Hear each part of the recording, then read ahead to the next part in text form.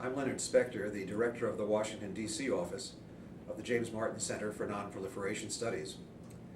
U.S. and international nonproliferation efforts span an extraordinarily wide range of activities, from international treaties, inspections, and ad hoc negotiations, to mandatory sanctions, covert action, and even the use of military force, seen in the 2003 Second Gulf War and in the 2007 Israeli attack on the Al-Kabar reactor in Syria. Many of these activities fall outside what is commonly called the non-proliferation regime. And in terms of budgets, manpower, and scale, non-proliferation activities outside the regime significantly overshadow those efforts that are part of the regime itself. Nonetheless, the regime is the crucial underpinning that legitimizes all of these other activities. I examine these issues in a two-part presentation, mapping the nuclear non-proliferation landscape, treaties, talks, and tomahawks.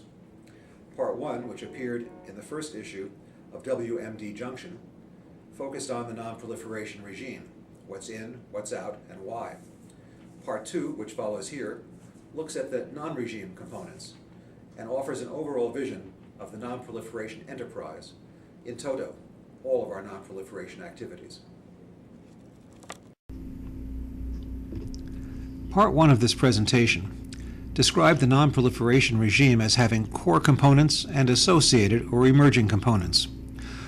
Core components, such as the Nuclear Non-Proliferation Treaty, were defined as formal, permanent, intended to apply widely, developed specifically to address proliferation, and having near-universal acceptance.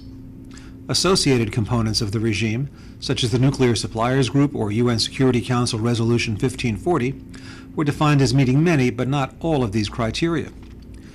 Part 1 went on to note that many other essential non-proliferation activities, including UN Security Council enforcement actions, the global war on terrorism, U.S. intelligence gathering activities, and the threat or use of military force, did not fall into either category and should not be considered part of the non-proliferation regime because they are ad hoc, apply narrowly, for example, only to a single country, were not developed specifically to address non-proliferation, that is, they came into being for other reasons, or have only limited participation. Part 2 of this presentation will look further at these non-regime efforts.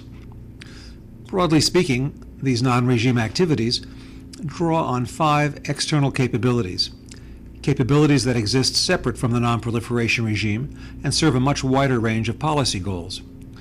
The 5 capabilities are diplomatic capabilities, which in the non-proliferation context underpin such initiatives as the 6-party talks with North Korea and the marshalling of international condemnation of Iran's nuclear activities; intelligence capabilities, central to the detection of suspicious nuclear facilities and transactions; economic capabilities, essential for the effective sanctioning of proliferant states and for reinforcing U.S. diplomacy more generally; counterterrorism capabilities, which have diminished the ability of terrorist organizations to mount complex operations, such as the development of nuclear explosives; and military capabilities, which can deter proliferation, protect allies against emerging nuclear threats, and, as a last resort, disrupt threatening nuclear programs.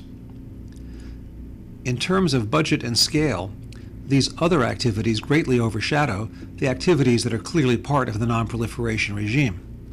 This is shown by the comparison on this slide between the $250 million budgeted for the IAEA's safeguard work and some of the more sweeping non-regime activities that are listed. This slide illustrates the point from a second perspective. Prepared as the Obama administration was about to take office, it lists the major units of the U.S. government with important non-proliferation responsibilities. Only a handful are focused specifically on non-proliferation regime core and associated components, while the remainder are focused and have responsibilities for other activities outside the regime. Another way to appreciate the relationship between the non-proliferation regime and broader non-proliferation activities can be seen in this slide, which highlights the numerous components of U.S. and international efforts to constrain Iran's nuclear program.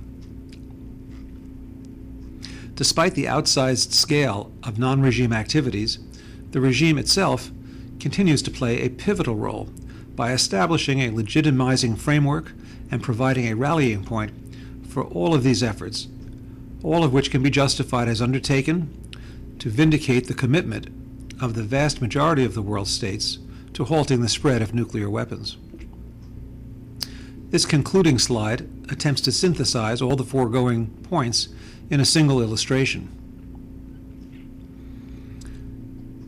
Appreciating the full range of global nonproliferation activities and the role of the nonproliferation regime within this larger enterprise is important for two reasons. First, understanding this relationship is important as a reminder that global nonproliferation efforts do not begin and end with the nonproliferation regime itself. But secondly, this appreciation is also a reminder that by reinforcing the formality, permanence, breadth, and universality of the regime, we simultaneously strengthen the larger nonproliferation endeavor.